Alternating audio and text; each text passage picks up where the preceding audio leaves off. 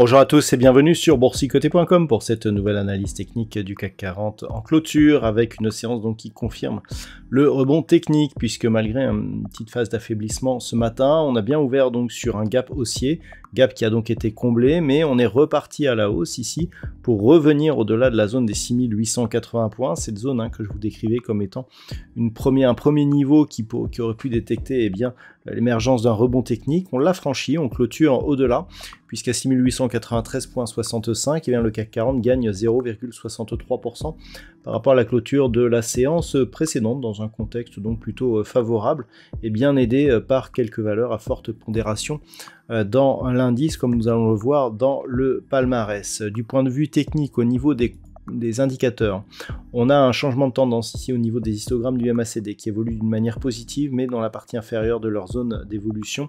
Au niveau du RSI, ça reste neutre, on a eu une petite incursion dans la zone de survente sur des unités de temps inférieures, pas dans celle-ci, mais on voit ici que l'on est en train de remonter tout doucement. Au niveau des volumes, et ça ce qui est intéressant, c'est que l'on a une légère hausse des volumes.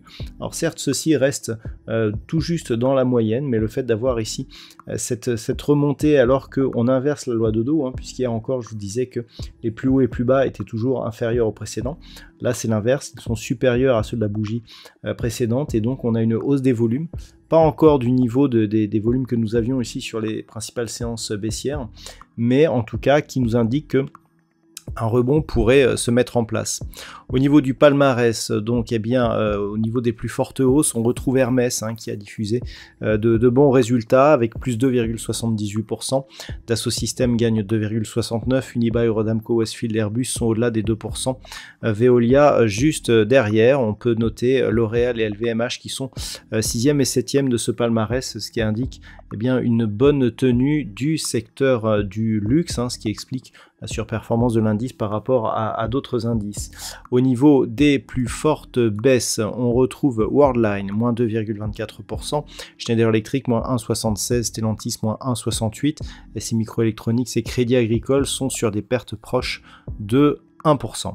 Donc un secteur du luxe qui nous permet de surperformer et qui, conforte ce rebond technique. Alors c'est bien, mais ce n'est pas suffisant. On peut le voir, on est ici sur une forte attaque sur la bande de Bollinger inférieure. Le rebond technique ici ne fait que nous faire réintégrer donc les cours dans cette bande de Bollinger. On est très loin des moyennes mobiles et surtout très loin de cette zone ici des 6950 points. Comme je vous l'indiquais, 6880 était le premier niveau. En fin de semaine dernière, on a vu un gap baissier qui avait été tout juste comblé, mais qui avait validé cette zone des 6880 points comme niveau de résistance. Ensuite, on est venu tester la zone majeure des 6810 points avant de rebondir.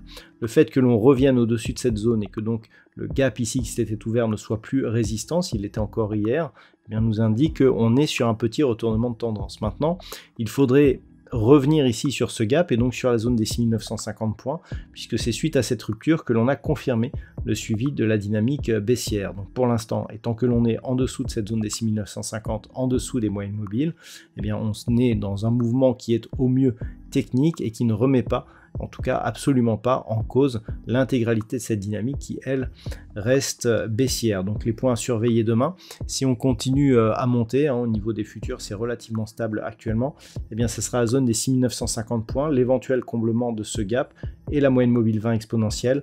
Globalement, ce sont des niveaux qui sont assez loin, mais tant que l'on est en dessous, le biais et la tendance dominante restent négative. Le point que nous avons ici chartiste qui ressemble un petit peu à une figure de retournement, on a eu un gap ici, on a eu un gap à l'ouverture comblé, gap à la baisse ici comblé. Alors c'est pas comme une étoile du matin, mais ça y ressemble, c'est beaucoup moins puissant, mais on a effectivement une structure de retournement, une vraie étoile, c'est ce que nous avons ici, une belle étoile du soir. Je vous l'avais signalé d'ailleurs, une bougie fortement haussière, un gap avec une étoile ici, une doji d'hésitation et une ombre portée sur la partie supérieure, puis derrière une bougie avec une une forte conviction baissière. Ensuite, on a un petit rebond technique et on confirme ici le mouvement baissier. Vous voyez que cette zone a donné un signal de retournement majeur. Cette structure que nous avons aujourd'hui est beaucoup plus faible, donc elle peut effectivement initier un mouvement, mais il semblerait que celui-ci soit déjà trop faible pour nous donner des signaux, je dirais, importants à ce stade. Voilà donc ce que l'on peut dire pour ce soir. D'un point de vue statistique, le nombre d'occurrences remonte un petit peu, mais par contre pas les perspectives. Au niveau des perspectives, on serait sur une poursuite du mouvement baissier pour cette semaine qui pourrait être suivi d'un petit rebond technique la semaine prochaine. Alors il y a peu d'occurrences et par rapport à cela, on a vu des statistiques qui sont pour l'instant suivies la semaine dernière, où je vous indiquais ici lorsque nous étions sur cette phase que on risquait d'avoir une phase de baisse donc pour la fin de la semaine suivie d'une remontée donc durant cette semaine. Cette statistique a été nourrie par un nombre d'occurrences beaucoup plus important. Ce qu'il semblerait, c'est que je dirais le manque de force du rebond technique est impacté cette statistique dans le fait que en fait, ce rebond pourrait se transformer en poursuite du mouvement baissier.